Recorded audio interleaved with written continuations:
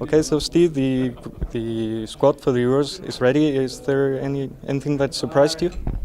I wouldn't say surprised. I think we all knew that whether or not Eidur Johnson would be in it was going to be the main talking point. I don't think it's a coincidence that his name was left till last of that very exciting and dramatic video. I've seen lots of squads announced for major tournaments before, but nothing quite like that. I think Hamir said it was a bit Steven Spielberg-esque, and I laughed at the time, but I think he was right. So no, it didn't strike me that there was anything particularly surprising, but that was always going to be the main talking point. And I think it's a good decision to have Eidur Johnson with any squad at any time, to be honest, even though he's 37 now.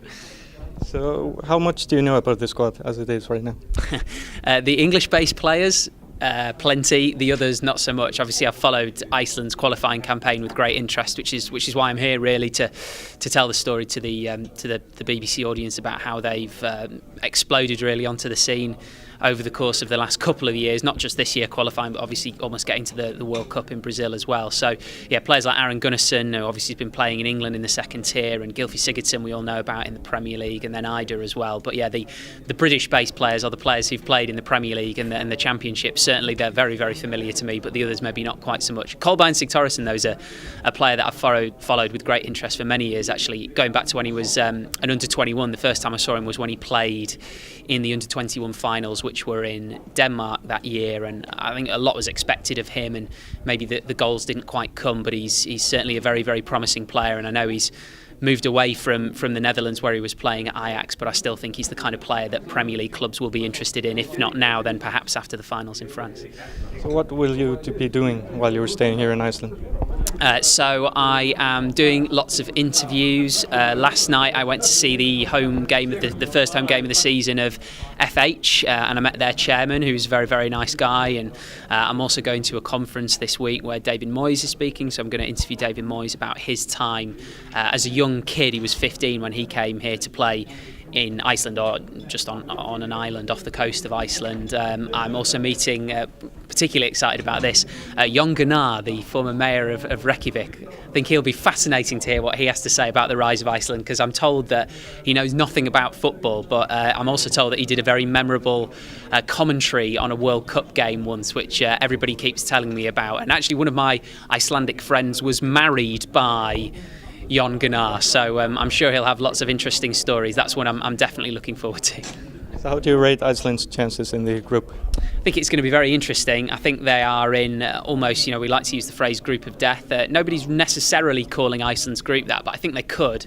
I actually make Portugal the big dark horses for the tournament, because I think that they are now much more than just Cristiano Ronaldo. I went out to Lisbon earlier this season to see the Lisbon derby, Benfica and Sporting, and I guess Sporting in particular have so many exciting young players like João Mario, for example, who really the football world doesn't know about, and I think people who think that Portugal will be just Ronaldo are going to be severely wrong when it comes to the summer. Then you've got Austria as well. The Austrian way is a phrase that the Austrian national team have told me is the way that they've progressed to these finals. They completely sort of ripped up the rule book of how they wanted to play. So those are two teams other than Iceland who I think are going to be very, very strong. And even Hungary, they had a very good qualifying campaign and beat Norway, of course, in the playoffs. So I think there's four teams there who are all probably better than people realise. I think Iceland have got a good chance of getting out of the group, but I think it'll be very tight between them and Austria. So perhaps the winners of the group might be decided in the first game, which of course is a massive game, Portugal against Iceland. And I'll be there for that as well.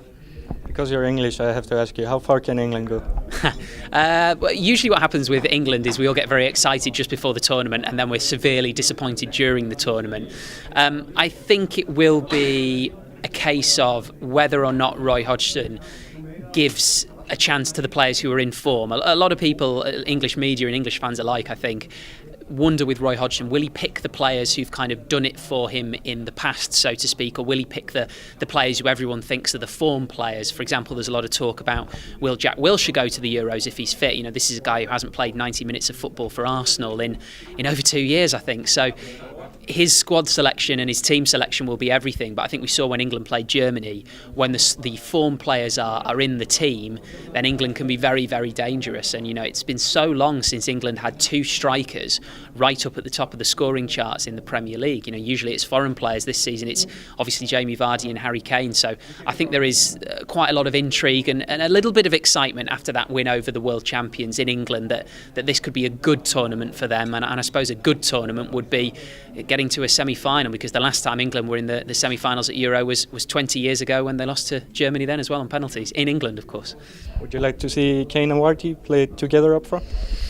I would. I think it's likely England will play 4-2-3-1. My biggest fear would be that Jamie Vardy plays, but he's played out on the left-hand side, which I don't think would be the best thing necessarily for the team. But Roy Hodgson knows his team a lot better than I do. I like the idea of Kane and Vardy up front together with Dele Alli just in behind them. But then, of course, that brings Wayne Rooney out of the equation, and I think many people believe Wayne Rooney has to be in an England team because he brings so much influence to England, and I think there is something in that. So it may be a situation where Roy Hodgson tries to cram all these players into one side, but if it was me picking the team, and it never will be, I'd probably go with Kane and Vardy. Would you say Wayne Rooney is right now the England's answer to Eidur Gudjohnsen?